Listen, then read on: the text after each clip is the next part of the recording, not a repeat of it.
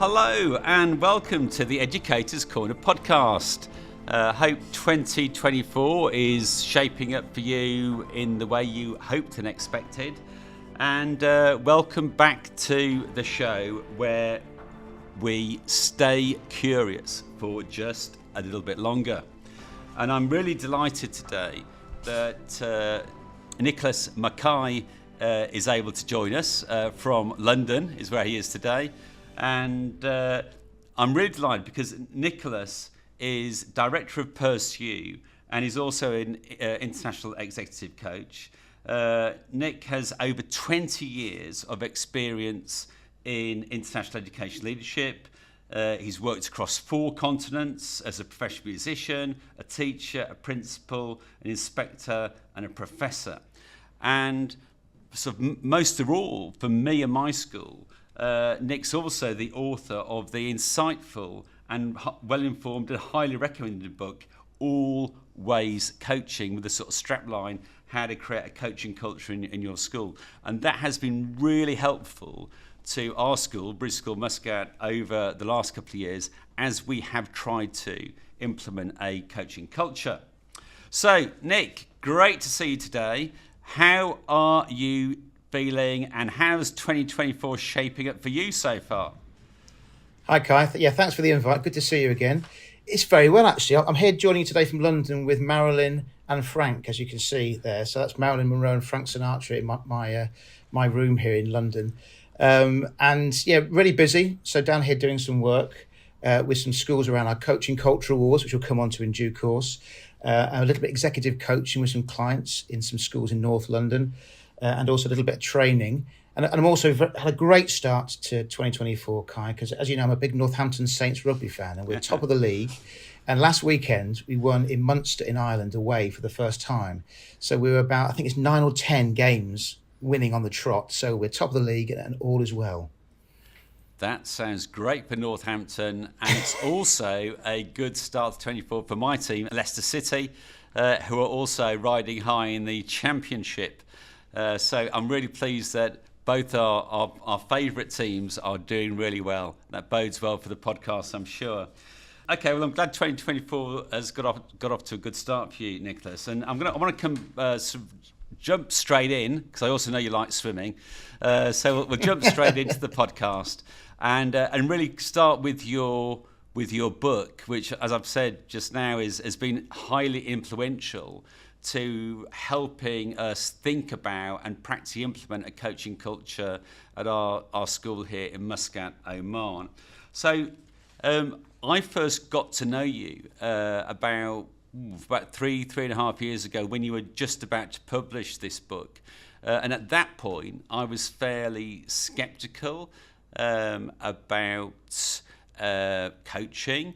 I didn't know much about coaching. If you'd have asked me then, what's the difference between mentoring and coaching, I would have really struggled to give you any sort of coherent answer. And since that time, and your book's been largely sort of influential for my learning on my coaching evolution, I have been through a journey where now I've gone from being a skeptic around coaching to be an evangelist. And I think I probably could answer that question now about coaching and mentoring fairly clearly. But you do talk in your book about going on a coaching evolution. And guess so I'm curious about your coaching evolution. But before we go into that, can you just explain to us briefly why you felt the need to write All Ways Coaching, the book?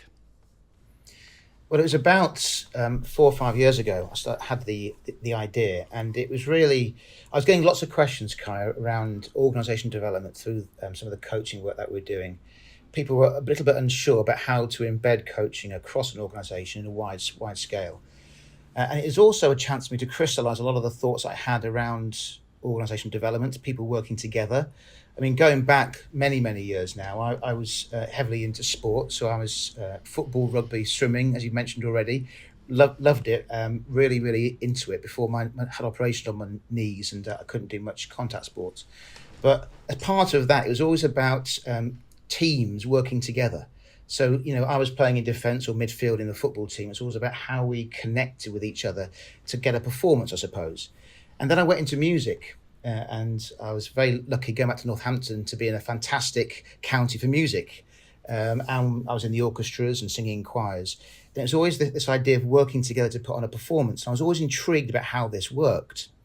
And in 1997, and I still remember it now actually, there was the British and Irish Lions rugby tour to South Africa. And it was one of the first ones that was televised. And they had a really interesting behind the scenes documentary. And the guy who was, I suppose, the head coach was McKie, or Sir Ian McKie, a Scots guy. And he always talked about teams within teams. And I still remember that now. So when I was playing in sports, it was always around the team, the defensive team, or that unit playing with the rest of the team and connecting. When I was playing in music and I was a bassoonist, our unit was the first bassoon, second bassoon, maybe contra bassoon. So you had the unit of the bassoons, and then the team that you were in was the woodwind section. So as a first bassoon, you had interplay, say, with the first clarinet, maybe the first flute, first oboe. The second bassoon was like the rock, the foundation, that was their role. So that was the woodwind team. Then wider, we started playing with the brass, so it was the wind team. So a lot of time with bassoon, especially second bassoon, you looked over to your left and you had the trombones. A lot of patterns were very similar, or the horns to your right. So it was around, again, looking more systemically. And then finally, it was the orchestra. So again, with the bassoon section in particular, we had a lot with the cellos, similar range of instruments, about the same range as a human voice, a male human voice. So we had lots of similar things. So I was always interested in the teams within the teams. And then when I went into teaching, I was very much into this idea of I suppose, being more a facilitator and getting people to think for themselves as we were doing in the music. So it was kind of an evolution of, with the book, of crystallizing a lot of the thoughts I had around the stuff that I'd done previously, both when I was younger and in my career as a musician, as a teacher, then going into school leadership, and then doing some work with the PTC International program around initial teacher training. Okay, so it's really interesting there that listeners out there may well be thinking about coaching. They may well be thinking of coaching as a one-to-one activity where there's a coach and a coachee. And I know a lot of your work involves one-to-one coaching.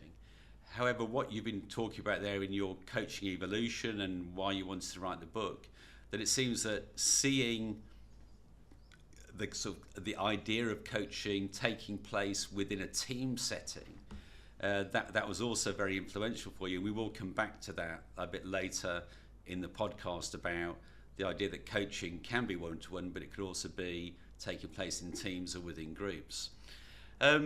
So thinking about your coaching evolution, Nick, then what would you say as your relationship with coaching has evolved and developed over the years through your career and through your life? What's been the essence, what's been the common denominator that's been constant throughout that coaching evolution? I think it is the idea of empowering people to flourish, which is a lot of the work that we do at Pursue.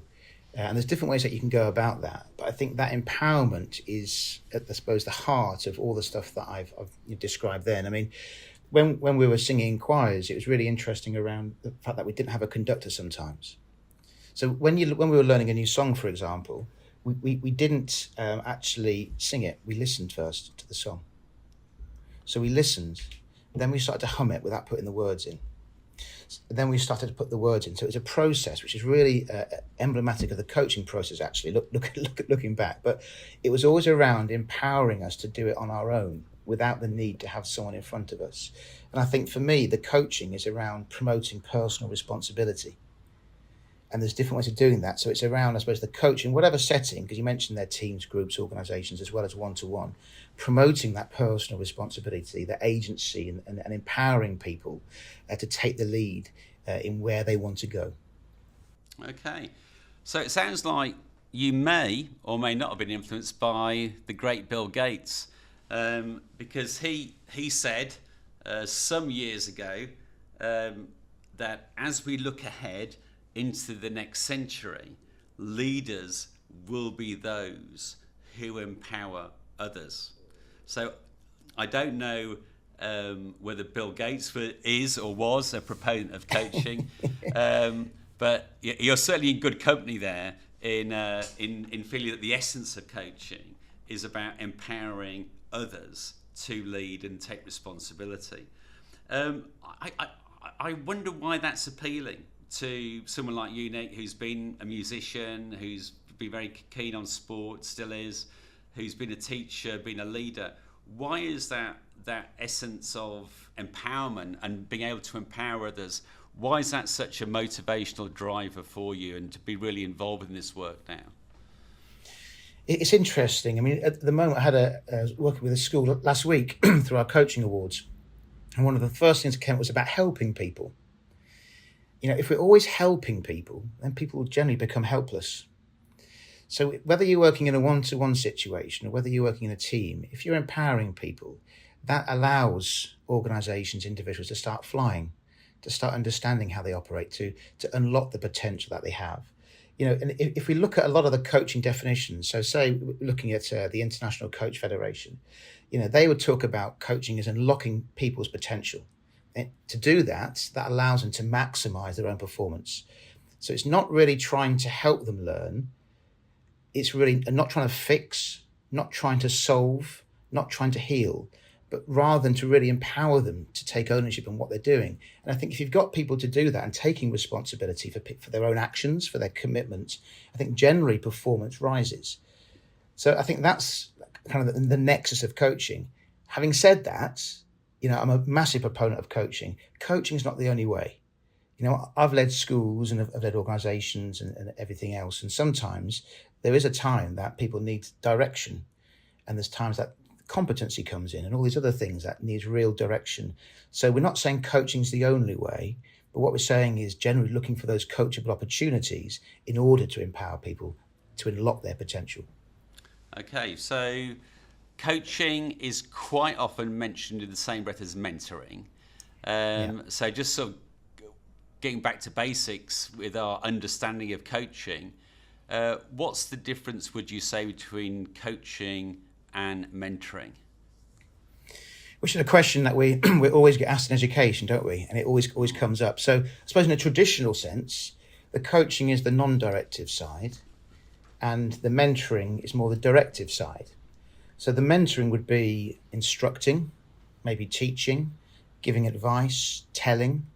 And that's generally, mentoring is someone who's got the experience in something that they're actually doing. So they've been there, they've got the t-shirt, so to speak. Coaching traditionally, on the other sense, is the other person has the answers. They're the expert of their context.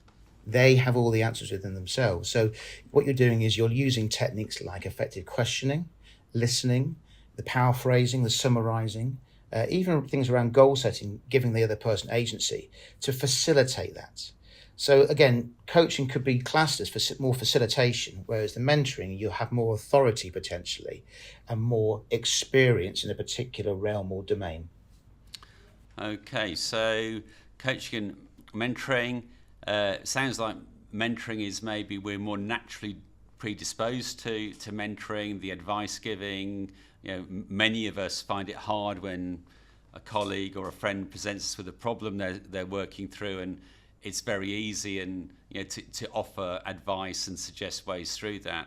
It's much more difficult to empower, and then I guess that's why there's so much training required around coaching.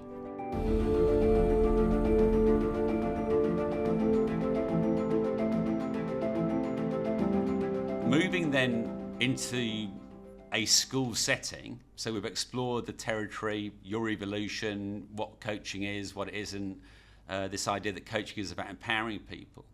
So your book, Always Coaching, I love that title, and we'll perhaps touch on about that again later in the podcast, but Always Coaching, and then sort of strapline, how to create a coaching culture in your school.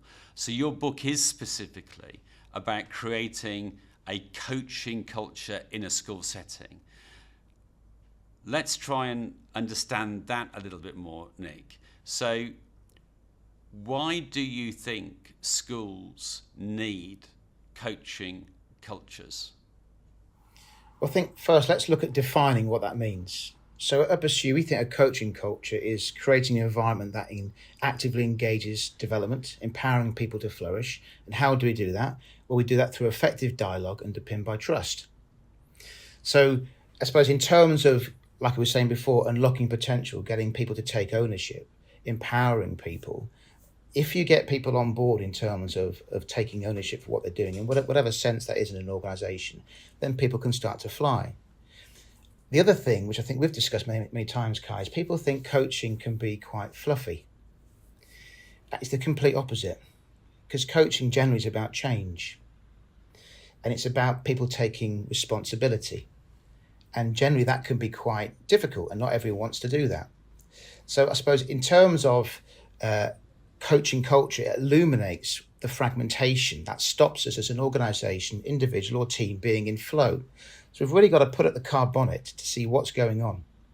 And if we look at the kind of education landscape at the moment, there's lots of challenges. It's always changing. So if we don't get the dialogue right, and we're not talking and thinking together effectively in an organisation, we're going to come unstuck. If we look more broadly, there's always new research coming out about the impact of coaching and everything else. The latest research that's coming out is saying organisations with strong coaching cultures see an increased retention of high performers, which I think is really relevant to education. They also see increased employee engagement scores. They're more successful at attracting talent than their competitors, and they're more likely to be classed as high performing. So I think if you put all those things together, there's a compelling case of why you want to have people, that coaching culture and organisation around retention, around unlocking potential, and then also people talking and thinking more effectively together. Right, so lots of reasons why schools will benefit from having a coaching culture.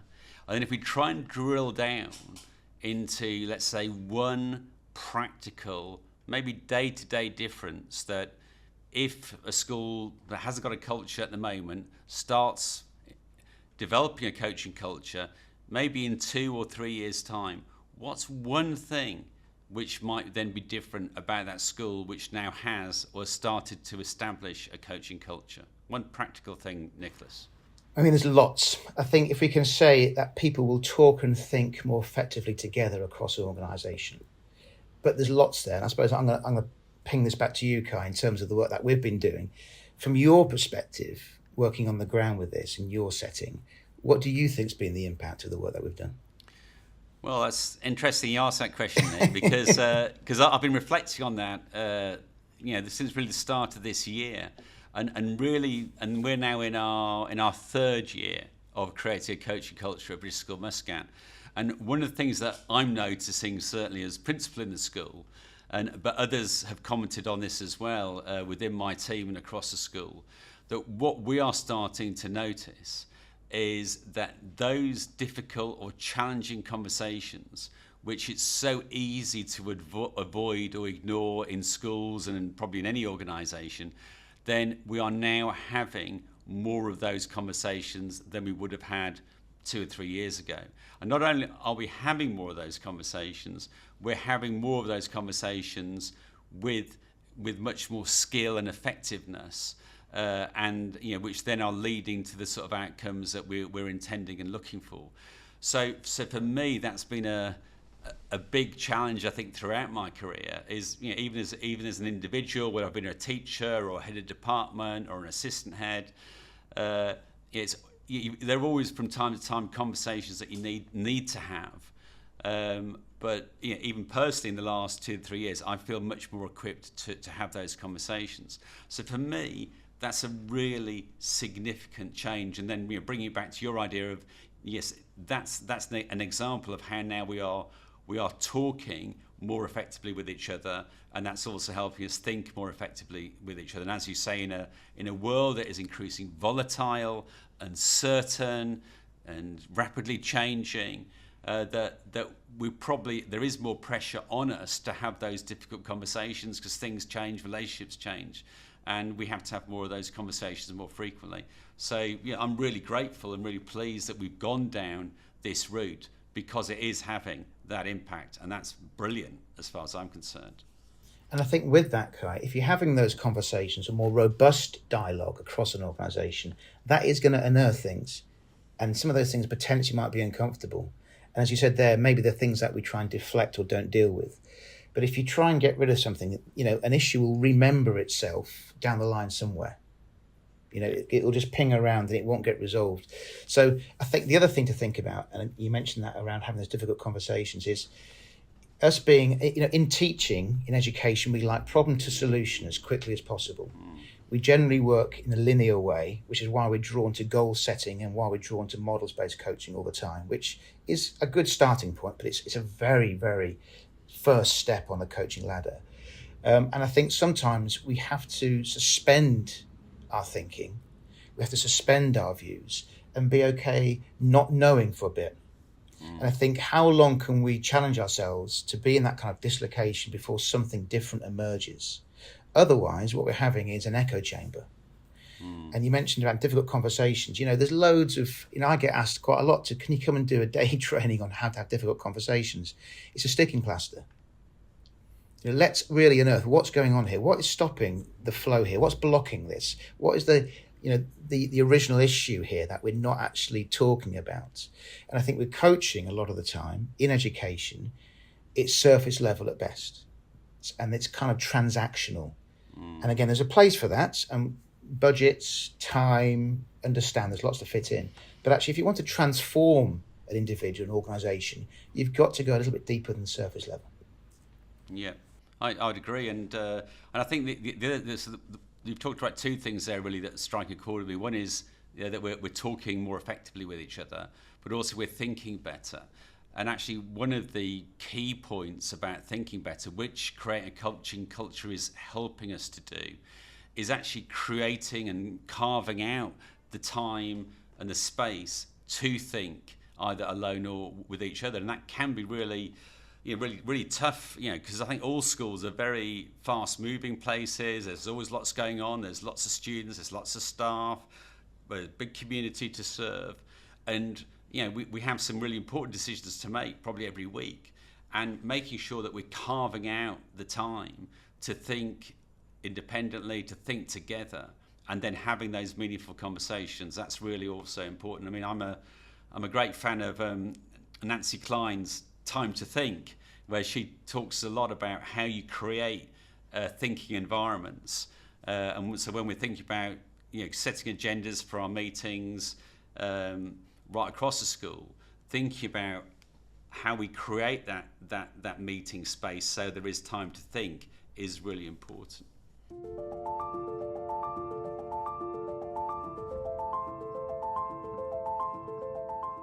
Creating time to think, talking more effectively with each other, having more difficult conversations in this volatile world that we're living in seems more important than ever, probably.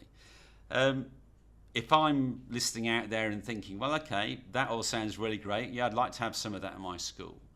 How then do you think schools might start on this journey? Because you're working with a lot of schools now who have started this journey. And from your experience, from what you've thought about in the book, what might be a starting point for a school who would like to create a coaching culture within their school or across their schools? The first thing that we work with schools is trying to find out their why. So what we found, with a lot of professional development, is coaching sounds cool. It's a bit of a buzzword at the moment and people seem to be doing it. So let's jump and do it. So we'll get the training in and someone will come in and then we'll kind of work out what we're going to do with it later on. So when we're first working with schools, it's having that initial conversation to say, okay, what's currently going on in your organisation that coaching can enhance? Why do you want to be taking on coaching? These are some of the things that potentially could happen if you go down this route. It needs a commitment. It needs people willing to suspend their judgment. It needs people to unlearn what's made them successful, i.e. leading, instructing, having all the knowledge, demonstrating knowledge, having lots of qualifications, which we do in education.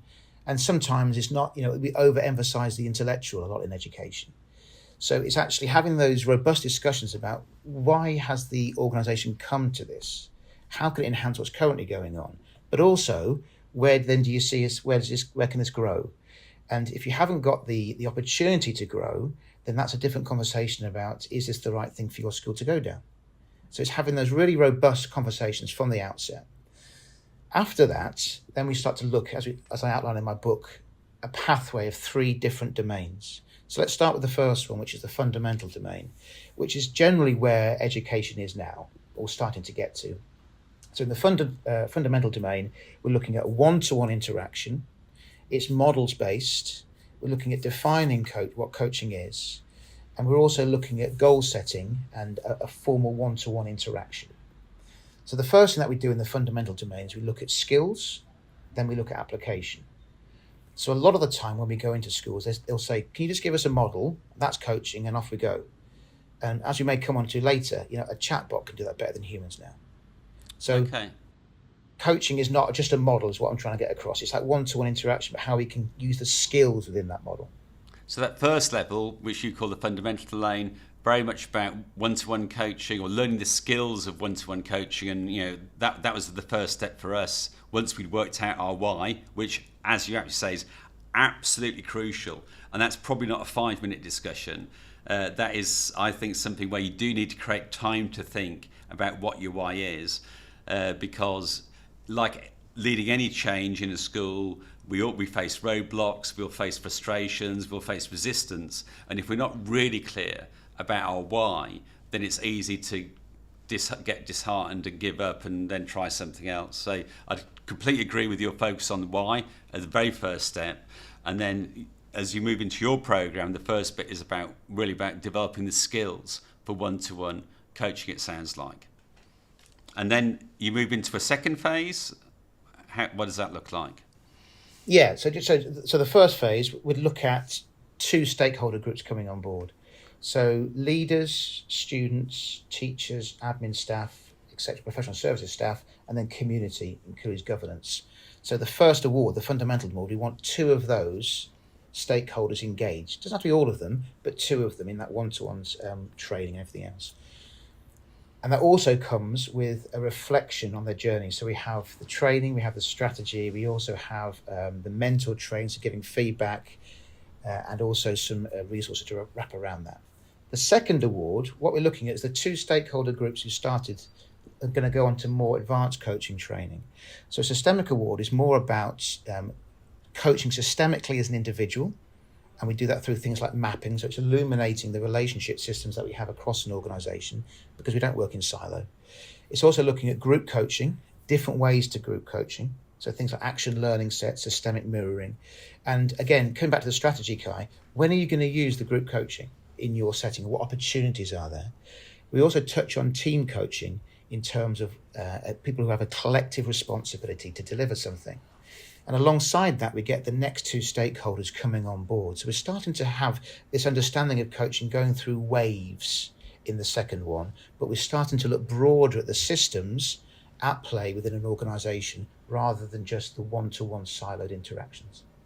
Okay, so the second level,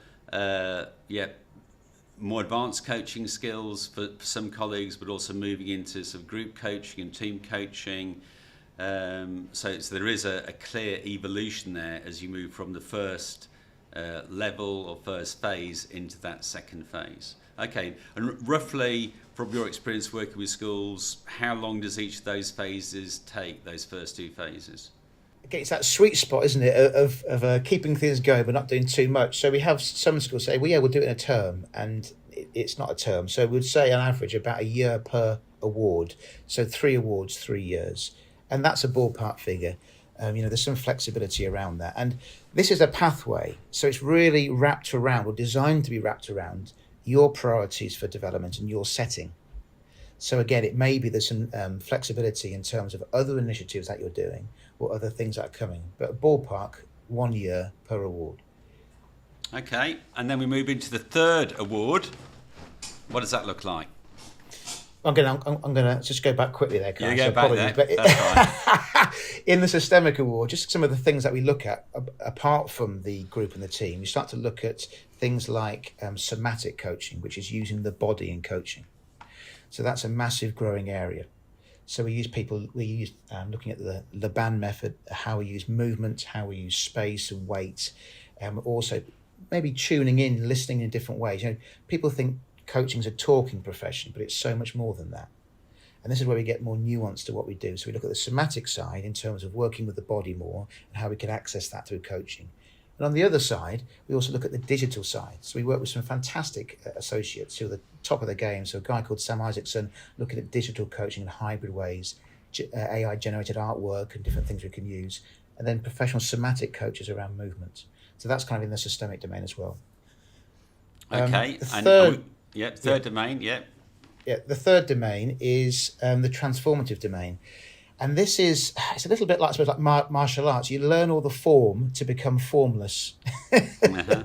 So by this time, we're coming in waves. So the last stakeholder group comes on board after the 5. The ones who have done the advanced training do more dialogic training, which I'll come on to a sec. The ones who've done the fundamental do the advanced. We've got these kind of waves going on of people being introduced to different ways of being in this coaching setting. And in terms of the dialogue, what we're looking at, yes, there will be group coaching going on. There'll be team coaching going on. The interactions will be better. But actually, let's have a look at what dialogue means. So we're looking at things like monologue, debate, skilled conversation, dialogue, generative dialogue, discussion. So different modes of dialogue and how you can use those, I suppose, in a more formless way across an organisation. So by that point, it may not be the case of let's have a coaching conversation. You just do it. Okay. And there's a lot throughout those levels about the way that we interact with each other in terms of the skills, whether we're talking about the use of coaching models or the way that we listen to each other, and the questioning, the listening. Those are 2 skills which particularly stand out for me in the training.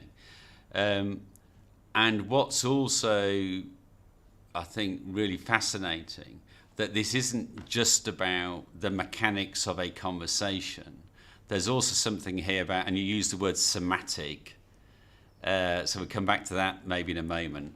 We can help unpick that a little bit, but I think that's linked to this idea that in your interpretation of coaching and your way of coaching, that it's also how we are with each other and the way of being that we are with each other.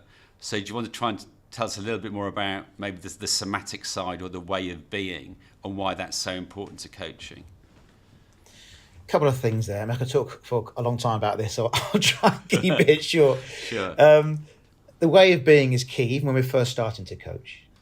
So generally, again, unlearning education, we try too hard. So when we first start coaching, we try too hard. We're trying to evidence. We're trying to demonstrate how good we are at coaching. Less is generally more when we first start coaching. You don't need to try and do too much, because then you're trying to help again and you get drawn into solving. So really, it's trying to be useful in that rather than helping.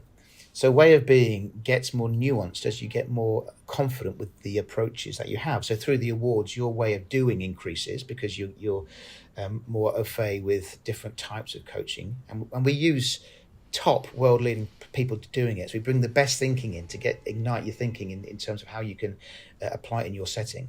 But the way of doing increases, and generally what we find is the way of being increases. So that links into the somatic side. So we look at things like self-awareness in the systemic domain, and that's things we work with a wonderful lady called Dr. Julia Carden, who's got a PhD in self-awareness, and she talks about how can we be self-aware, because it's bandied around a lot, self-awareness, but do we actually know what it means? And to be effective as a coach, we need to understand ourselves. What's going to pull us in? What about bits that are really going to light our fire when someone says this? How do we react to that? You mentioned listening, Kai. Listening is not just about the words people are saying. Listening is about picking up on body language, picking up on breathing in the other person, picking up on when someone says something to us, how does it land for us? And all these things link into listening. So we think generally, yes, active listening, people talk about a lot. What is that? But it's actually getting in the body, and that's the somatic side. So I'll give you another example, the somatic side. We do a lot of stuff around physical intelligence in the later domains. And there's research coming out from South Africa. They've done some research around banking, people who do banking profession in South Africa. around boxed breathing, which is what the Navy SEALs use. So typical boxed breathing, as I'm sure a lot of people know, is say breathe in for 4, hold for 4, breathe out for 4. So research says that actually increases cognitive thinking and the diversity of thinking, as well as handling the demands of pressure and stress. So why aren't we engaging in this kind of stuff in our body just as much as our mind? And I said in the education sector, we tend to overemphasize the intellectual. Because actually there's lots of things coming out now around how the body leads rather than the mind. So it's going into a more, I suppose, deeper sense of working with people and picking up on things. And that's what you mean by the somatic side, working with the body. Wow. So that all sounds pretty deep and is pretty deep. And I guess the feeling that you get when you've had a really good conversation with someone, a really good coaching conversation or really good dialogue, it is something that you do feel in your body. There is a lot of feeling there. Okay, so that is getting pretty deep. So there's that. I think that starts to give it a sense of how you can help schools to develop this coaching culture. And I think what we've also found really useful working with you, Nick, is that you also help schools create their own strategy. And we found it really helpful sort of working you in a coaching capacity with us with our steering group to help us and challenge us and be our critical friend about what's our plan, what's our strategy, how is it evolving as we go through this sort of month by month, year by year. So you don't just sort of dive in blindly into some training. You help schools create a strategy for creating a coaching culture in their school, and that's been really helpful. So just to finish this bit off then, Nick, if we realised your vision or your vision was realised in 5 to 10 years' time, you've written a book, you're doing a lot of training with schools all over the world. What ideally would you like to be seeing in 5 to 10 years? What is your dream for Always Coaching? As I mentioned in my book, Coaching Union. So in, say, 5-10 years' time, what we're seeing now is schools actually developing coaching. We call them coaching culture wars, but as I just mentioned there, we're bringing the best organisational development thinking to this space. So it's around, I suppose, an increased awareness of the school, but also then connecting schools across regions. And we're starting to do that. So I'm in London at the moment, working with some schools. I'm in Birmingham, in a city school in Birmingham next week, and we've paired them with a school in Dubai who are doing something similar to them. So we're starting to get schools across regions coaching each other, sharing best practice, sharing the strategy, raising awareness of what they're doing and how they can talk and think better together. So in 5 and 10 years, the more schools that we're working with across regions and sectors is bringing people together to support them. And that sounds a great evolution for the international sector if we are working much more in the way that you envisage there. And I'm sure that you're well on the way to realising that vision, Nick.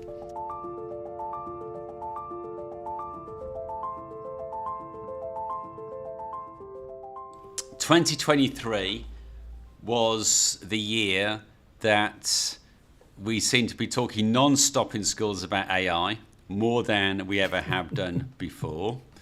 And I guess I have to ask a question, Nick. How is AI, if at all, starting to impact your world of coaching? So, as you know, Kai, we're starting to use chatbots in schools. So going back to what I said previously around that linear process that I think a lot of coaching education is, we can now get chatbots to do that. So the chatbots that we use are not generally open AI. They're programmed with coaching models and supervision models from the European Coaching and Mentoring Council and the International Coach Federation. So they sit behind. So what we can do is getting people to access a chatbot, say, to have a coaching session whenever they want. It doesn't have to be in school time. It can be after school, it can be at the weekend, but they have access to a coach, a chatbot coach. And actually, what we're finding, or what the industry is finding, that the whole International Business School have done some research on this, and actually they've found that chatbots can coach as well as any novice human coach. And I would argue that a lot of the coaching, going back to what I said right at the beginning, Kai, is surface level. A lot of the coaching in schools is novice coaching.